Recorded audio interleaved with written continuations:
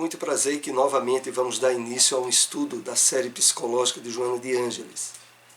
E estamos tratando da obra Triunfo Pessoal.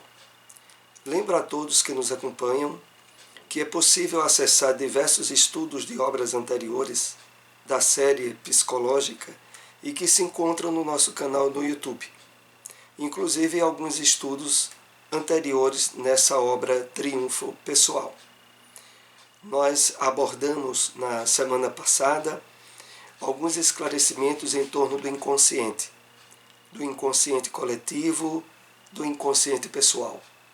Começamos a analisar, dentro da perspectiva espírita, os temas que são tratados por Jung, dentre outros grandes psicanalistas e psicólogos que a obra irá utilizar através de uma conceituação espírita.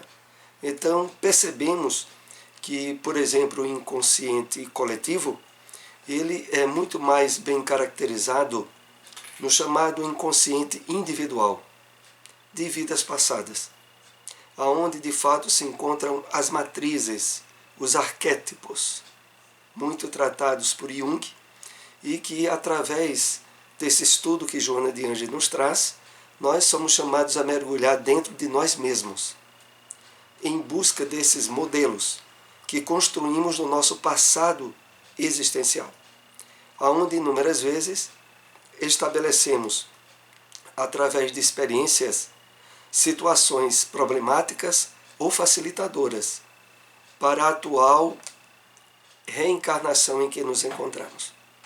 Assim, nós vamos começando a entender no texto, no título da própria obra Triunfo Pessoal, a série de entendimentos e de contextualização, não buscando o chamado triunfo passageiro, evocado através da conquista de valores materiais e transitórios. Não. O objetivo aqui da obra, sobretudo, é o verdadeiro triunfo estabelecido por nós sobre nós mesmos, resgatando do passado os aspectos positivos que começaram a ser trabalhados, a superação e a transcendência dos aspectos negativos, que também somos chamados a trabalhar. Vamos então para a nossa introdução, fazendo um breve comentário de um texto do Espírito Emmanuel. Esse extraído do comentário à primeira carta de Paulo aos Tessalonicenses, capítulo 5, versículo 13, que está no livro O Evangelho comentado por Emmanuel, Cartas de Paulo. Extraímos esses parágrafos. É imprescindível aperfeiçoar nosso modo de ver e de sentir, a fim de avançarmos no rumo da vida superior. Cada mente encarnada constitui extenso núcleo de governo espiritual, servido por várias potências, traduzidas nos sentidos e percepções. Vamos agora a alguns comentários em cima desse texto para a preparação do nosso estudo dessa tarde. Emmanuel coloca de forma bem clara e até rígida: é imprescindível, não tem outro meio, aperfeiçoar nosso modo de ver e de sentir, a fim de avançarmos no rumo da vida superior. Antes de termos conhecido e aprofundado nosso esclarecimento pela doutrina espírita a respeito da vida e dos verdadeiros objetivos de nossa passagem pelo planeta Terra, tínhamos uma série de conceitos, de convicções, de identificações, de certezas, que agora, para o devido aproveitamento do que nos é dado pela doutrina espírita, nós precisaremos, muitas vezes, descartá-los, ressignificá-los, perceber novos aspectos sobre aquilo que antes nós tínhamos como certo, mas que agora, perante os valores novos que a doutrina espírita nos traz, tudo isso mudou, ou deve mudar. E por isso Emmanuel nos diz, é imprescindível aperfeiçoar nosso modo de ver e de sentir. Se nós quisermos continuar a sermos quem já éramos, com poucas mudanças de valores e de perspectivas que tínhamos, estamos na doutrina errada. Porque a revelação espírita, pelo manancial de ensinos e de iluminação de entendimento sobre como ver e enxergar a vida, perceber a atuação das leis divinas em nós e fora de nós, não há como não termos que fazer inúmeras mudanças conosco mesmos. Não é por outro motivo que reiteradas vezes nos textos do Evangelho, na Bíblia e nas cartas dos apóstolos, era feita aquela colocação: arrependei-vos de vossos pecados, para poder aceitar ao Cristo. O arrepender dos vossos pecados, isso dito de uma forma geral e ampla, é porque todos envolvidos pelo entendimento do materialismo e da ilusão sobre os objetivos da vida humana na Terra, temos um gabedal de erros e de enganos imensos. Então é claro que agora, com o conhecimento da doutrina espírita, muita coisa tem dentro de nós para ser mudada. Se não estivermos percebendo isso, reflitamos, meditemos, porque podemos estar nos enganando a nós mesmos.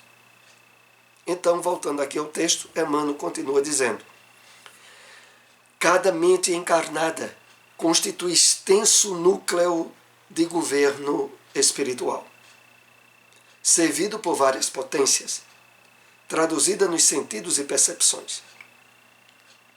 Emmanuel aqui está nos convidando a assumirmos a devida responsabilidade sobre tudo aquilo a que dedicamos energias visuais, auditivas ou sensitivas no mundo de relação, durante a experiência corporal. Porque essas potências devem estar a nosso serviço, sob nosso direcionamento, sob nosso controle. Se começamos a perceber determinadas situações onde os pensamentos que não queremos ter passam a querer ter predominância e domínio sobre nós. Se abrimos campos a determinadas emoções e sentimentos que sabemos não ser certo, e mesmo assim estamos dando campo, quem está no governo das nossas percepções e sentidos? Porque a doutrina espírita, ela, sobretudo, ao iluminar o nosso entendimento, ela nos chama a responsabilidade sobre o que a gente pensa, sente e faz, como os principais responsáveis pelo que advém das nossas relações no mundo material e, consequentemente, no mundo espiritual. Então é a isso que Emmanuel aqui está nos chamando a atenção. Assumamos a responsabilidade plena sobre aquilo que queremos pensar, sentir, agir. porque são potências que devem estar sob o nosso controle e domínio. Vamos então dar início ao nosso estudo de hoje, que abordará o subtema O Alvorecer da Consciência, que faz parte do primeiro capítulo. Esse primeiro capítulo ele é dividido em alguns tópicos que aqui nós já tratamos. Os arquétipos junguianos, o inconsciente e agora o alvorecer da consciência. Separamos apenas alguns slides que percebemos mais importantes dentro do contexto para comentar. Sempre incentivamos a leitura da obra, para que cada um possa ter, dentro daquilo que lhe chamar mais atenção, os apontamentos que se aplicam à sua situação pessoal. Vamos então iniciar. A origem do ego e da consciência encontra-se mergulhada no conceito de que ambos estariam perdidos no mito da criação, quando não havia nada. É interessante esse tópico, nesse tema a respeito do alvorecer da consciência, pelo seguinte: à medida que nós vamos estudando a psicologia espírita, tratada nas obras da série psicológica de Joana de Ângeles, nós somos chamados a fazer determinadas separações profundas na nossa maneira de sentir, de deduzir sobre nós mesmos.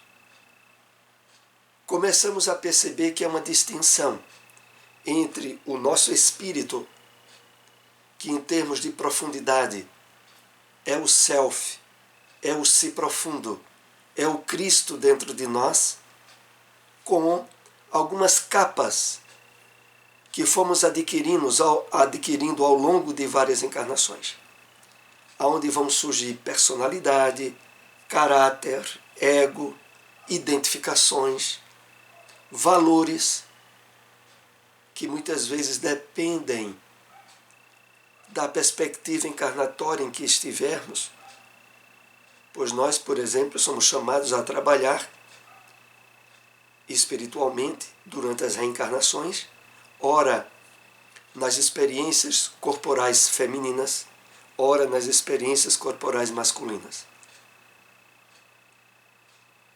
E nesse vasto campo de experiências, algo continua profundamente a nos identificar: a nossa individualidade, que está além dos valores transitórios das aquisições de comportamento, de temperamento, de identificações pessoais. Por isso, Joana inicia aqui dizendo: a origem do ego e da consciência encontra-se mergulhada no conceito de que ambos estariam perdidos no mito da criação, quando não havia nada.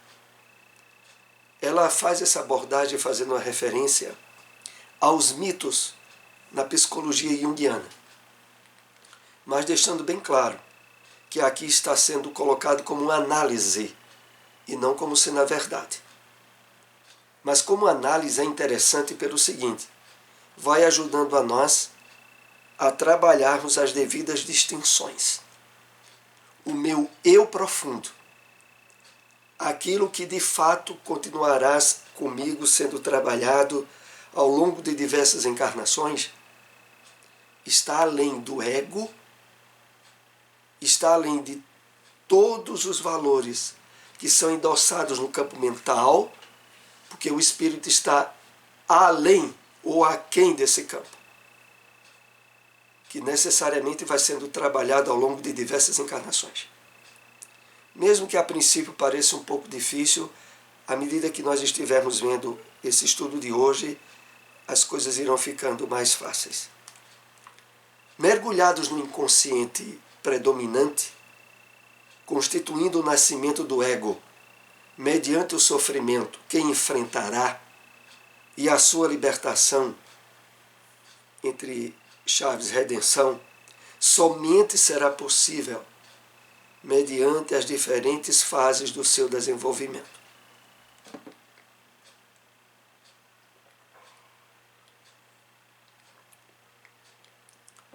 O nascimento do ego, como aqui é colocado, vai se dando sob as experiências de sofrimento, peculiares ao processo de reencarnação, de experiência no campo físico mais denso pelo espírito. E que, como aqui é colocado, a princípio estaríamos mergulhados no inconsciente predominante. Mas que a partir dos mergulhos reencarnatórios vai se formando o ego, que está muito associado às questões de dor e sofrimento decorrente das escolhas que vamos fazendo. No início da nossa caminhada evolutiva, nas nossas primeiras encarnações, a semelhança do que acontece com a criança, no seu processo de aprendizagem para andar, ela sente a necessidade de certo apoio. Ela percebe que ao avançar excessivamente, sem esse apoio ela cai, machuca e dói. Aí ela vai procurando mais evitar as situações de queda. É uma comparação bem superficial do que ocorre no processo inicial das nossas encarnações. Esse desenvolvimento é longo e doloroso, porquanto através do símbolo que nele permanece, a sua consciência se torna espiritualmente rica de valores, alcançando a autoconsciência. Esse processo que vai nos levando à autoconsciência, que é a identificação em termos de plenitude com o eu superior em nós, tem, antes de chegarmos a esse ponto, esse longo e doloroso percurso, aonde vamos acumulando valores, vamos trabalhando todo o processo evolutivo, aonde a princípio a predominância dos instintos, mais adiante a predominância de tendências, o surgimento das emoções, dos sentimentos, o que vai se dando de uma forma contínua e ao mesmo tempo sequenciada. O self, pré-existente à composição física do ser humano, é possuidor dos símbolos e imagens que se encontram no arquétipo primordial, do qual se origina. Arquétipo primordial aqui está em itálico, porque é uma expressão para caracterizar o Criador, Deus. Então, o self, que é aqui colocado como sendo a partícula divina em nós, em nosso espírito, pré-existente à composição física do ser humano, é possuidor dos símbolos e imagens que se encontram no arquétipo primordial. Nós trazemos, pelas leis divinas, em nossa consciência, todo esse arcabouço de símbolos e imagens provenientes do modelo padrão maior, o arquétipo primordial, o Deus interno, conduzindo o embrião do ego e da consciência, que se exteriorizarão por meio das incontáveis experiências de transformação e de redenção na individualidade, em que se expressará um dia. Então, nesse trabalho de desenvolvimento, através da reencarnação, o embrião do ego e da consciência vai se exteriorizando por meio das incontáveis experiências de transformação e de redenção na individualidade. Transformação que vem pelo processo evolutivo natural.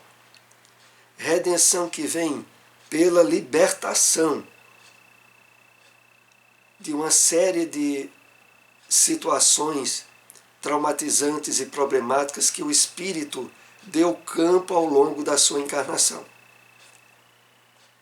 Procedente de um mundo original, constituído de energias especiais, que também nele se encontram, no começo mergulhado na inconsciência do si mesmo, que nele predomina, somente pouco a pouco se vai conscientizando.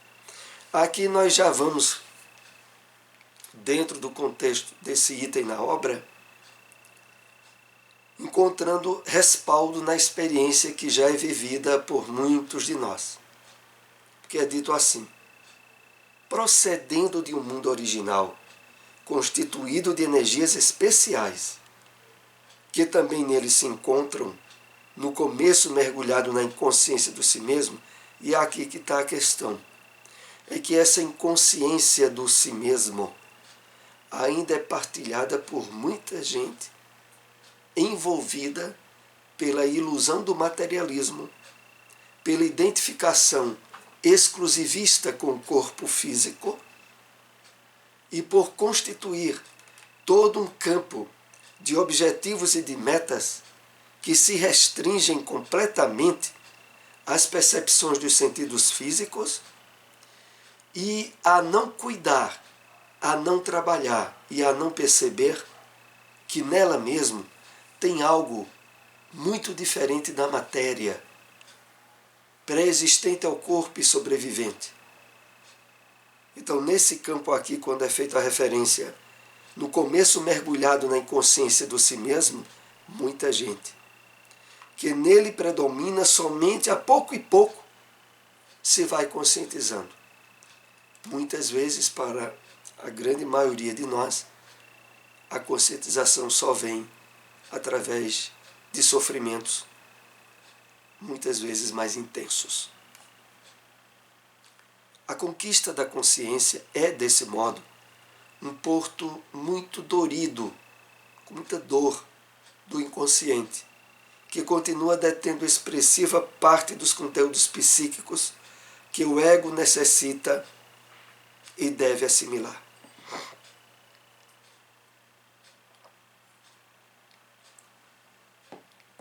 E aí onde nós encontramos as grandes dificuldades que a maioria das pessoas tem em trabalhar a superação de vícios, de hábitos, de condicionamentos para os quais se torna pré-requisito o esforço de despertamento à percepção da vida em termos espirituais.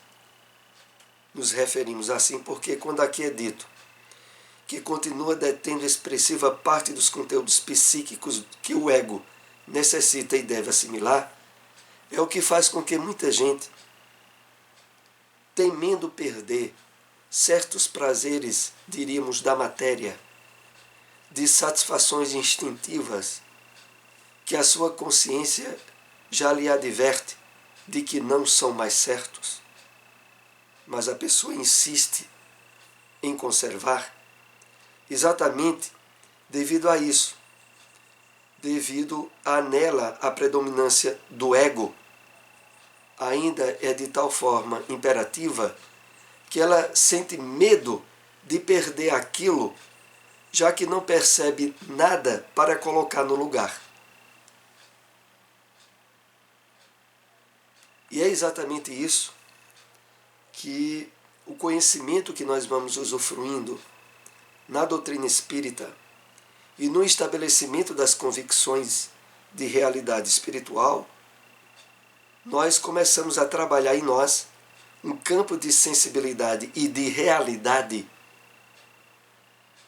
que deve ter nos nossos raciocínios e deduções lógica e coerência, e que faculta então percebermos que há muita coisa valiosa, espiritual, para colocar no lugar daquelas perdas, aparentes perdas, porque na verdade, em termos materiais, nós não temos nada.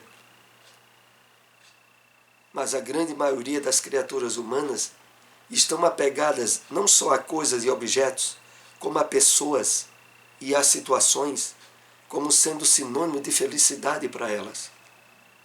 E nisso há uma grande dificuldade de superação e de mudança de valores. Voltando aqui ainda o texto, quando diz assim: um porto muito dorido do inconsciente, que continua detendo expressiva parte de conteúdos psíquicos que o ego necessita e deve assimilar.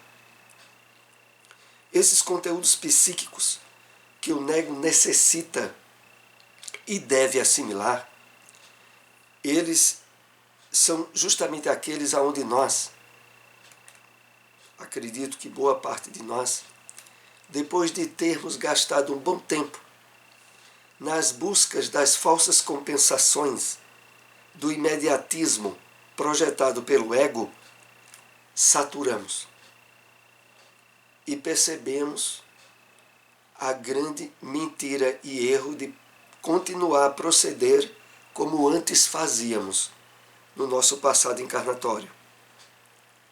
Esse ponto de saturação, que aqui é falado que o ego necessita e deve assimilar.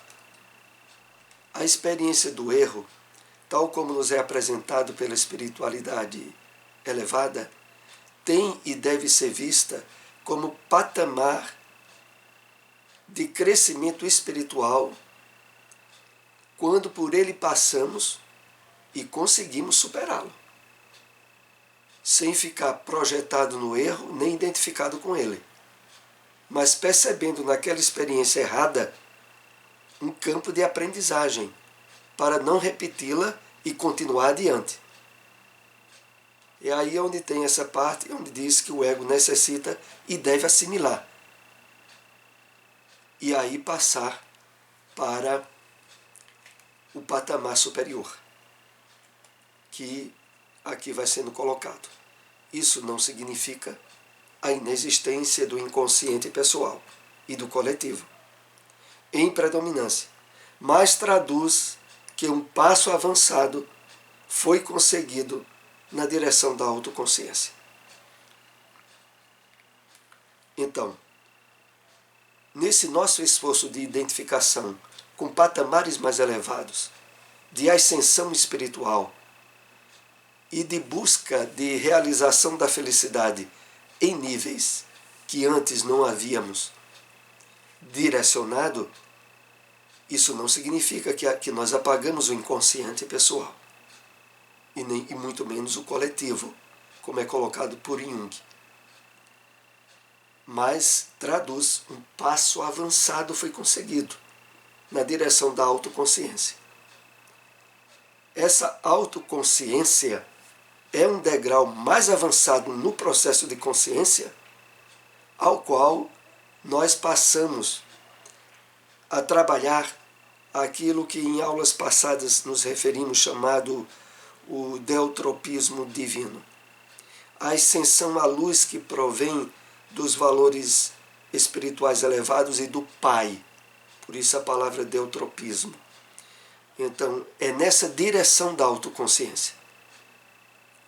Mesmo ainda nos percebendo com certo inconsciente, com certo nível de inconsciente que precisa ser trabalhado e ressignificado, nós continuamos avançando os passos. Esse crescimento ininterrupto, que vem desde as formas mais primárias, nas quais o psiquismo se encontrava embrionário, em adormecimento profundo, inconsciente de si mesmo e de tudo à sua volta. Então, esse trabalho de caminhada no processo da consciência mais sublimada, ele vem desde os primeiros passos que demos lá para trás. Vem desde as formas mais primárias, nas quais o psiquismo se encontrava embrionário, em adormecimento profundo, inconsciente de si mesmo e de toda a sua volta. O problema todo, e que agora vivenciamos, é porque é atingido certo padrão de maturidade espiritual pelo próprio processo reencarnatório, nós somos impelidos, somos, entre aspas, forçados a dar passos mais adiante. E quando não nos abrimos a esses passos mais adiantes, aí estabelecemos um processo de dor e de sofrimento. A evolução é determinismo das leis divinas. Não há como evitar o progresso e a evolução. E quando o espírito, pelo mau uso do livre-arbítrio, tenta ficar engessado em determinados patamares de crescimento e de evolução, aí ele abre campo para sofrimentos e dores, como infelizmente tem acontecido com muitos de nós. O caminho para que isso seja plenamente resolvido, não há outro que não seja o despertamento da consciência profunda, do eu profundo, a busca de identificação de valores que agora transcendem o imediatismo e o materialismo da vida. É isso que nós somos levados. Carreia de uma para outra expressão de vida as heranças ancestrais, que passam a constituir-lhe um imenso patrimônio para ser decodificado. O espírito alcançará o patamar nobre da consciência plena, degrau que o erguerá à angelitude.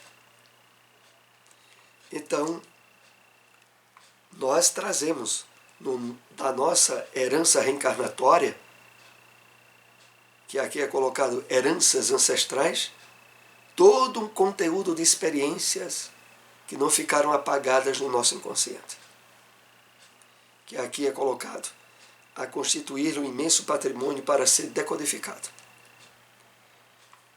Essa expressão aqui de patrimônio para ser decodificado, porque é necessário, através da ressignificação dos valores da vida, a utilização do passado como estímulo para o nosso crescimento espiritual. É um dos maiores exemplos que nós temos nisso, na história do cristianismo, foi o apóstolo Paulo. O apóstolo Paulo quebrou tanto a cabeça, cometeu tantos erros, aquilo se constituiu para ele uma energia tão pesada e negativa, que ao trabalhar o despertamento espiritual, ele tinha, diríamos assim, em termos figurativos, caminhões de estrumo, de esterco, para utilizar agora de uma forma positiva. Para construir com aquele esterco que seria imprestável,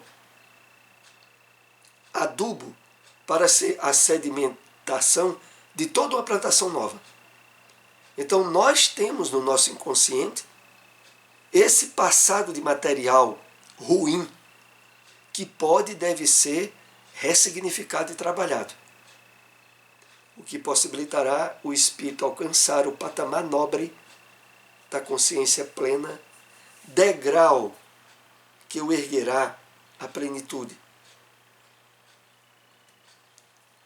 A consciência é esse altíssimo valor que o self conquista, integrando todo o patrimônio dos conteúdos psíquicos existentes na realidade do discernimento, além do conhecimento dos sentimentos harmônicos com os instintos na razão bem direcionada.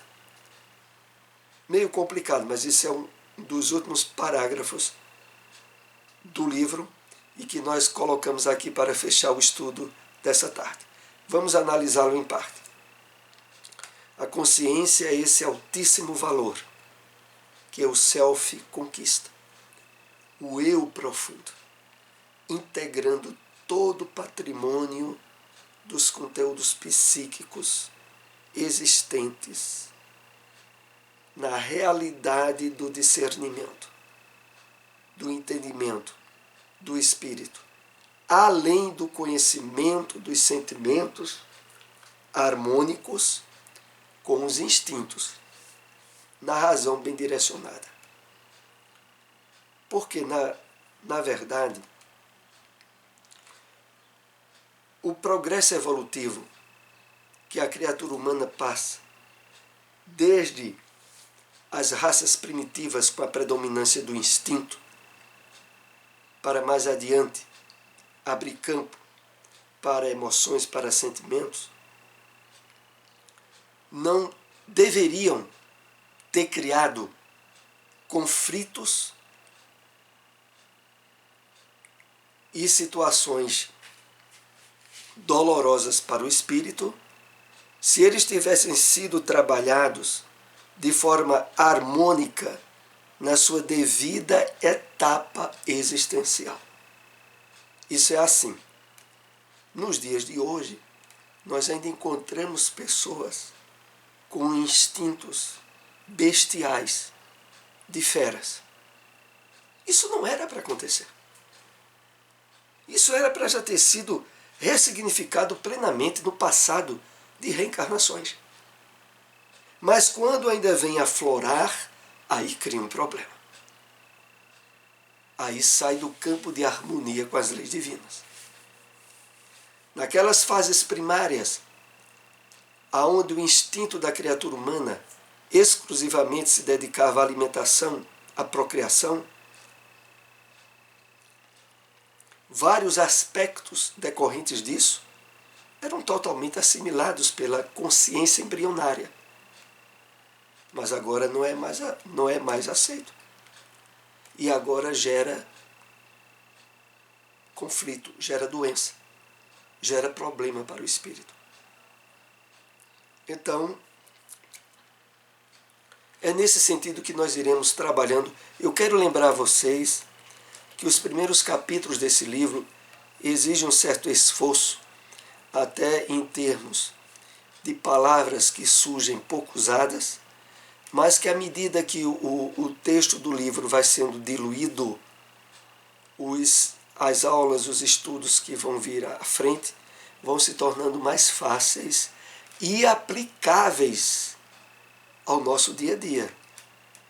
Porque nós sempre procuramos, nesses estudos de Joana de Ângeles, separar do conteúdo dos livros aquelas partes que, de algum modo, digam respeito a um trabalho pessoal e útil na nossa vivência diária, no nosso esforço de despertamento do eu profundo, na superação de determinadas limitações ou problemáticas, às vezes menos intensas, que trazemos, mas que não deixam de ser, muitas vezes, pedra nos nossos sapatos, por não terem sido trabalhadas devidamente através da percepção que a psicologia espírita nos possibilita.